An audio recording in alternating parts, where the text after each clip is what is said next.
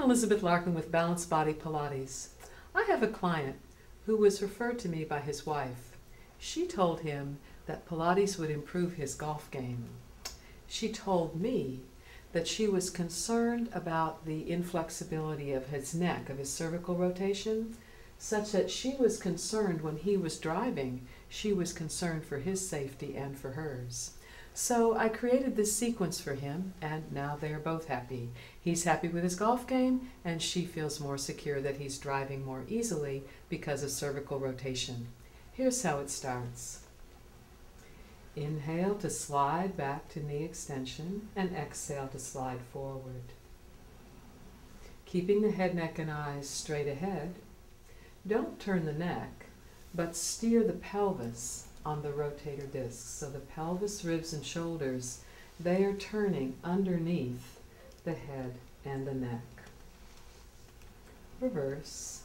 Turn to the opposite side in the extension, and then turn. Now, turn the head, neck, and eyes with the direction that the pelvis is turning. Everything turns in the same direction. Pelvis leads. Knees stay straight ahead. Sacrum and nose are pointing in the same direction. Now, keep the head, neck, and eyes steady while the pelvis turns. Reverse the movement relationship with the knee extension and knee flexion. Finally, turn the head, neck, and eyes opposite the direction in which the pelvis is turning. Reverse. Now,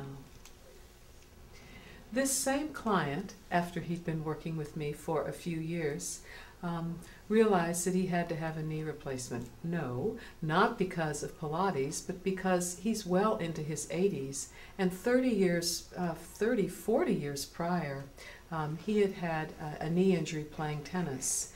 And after the medial meniscus was removed, the medial joint line of his leg continued to deteriorate, and with that came a lot of pronation and dysfunction of his ankle.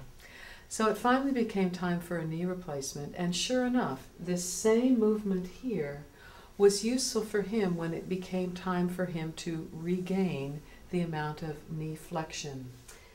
So then we'll add the lightest spring, the yellow spring. You can put it on the lightest location, meaning the hook now, and then this spring will facilitate knee flexion. And it's appropriate, following knee replacement, that your clients could achieve, say, 110 degrees of knee flexion. You can include the rotation of the torso as you glide the carriage forward and back. Join us next time for a continuation of how to cope with movements for your clients that have had knee replacement.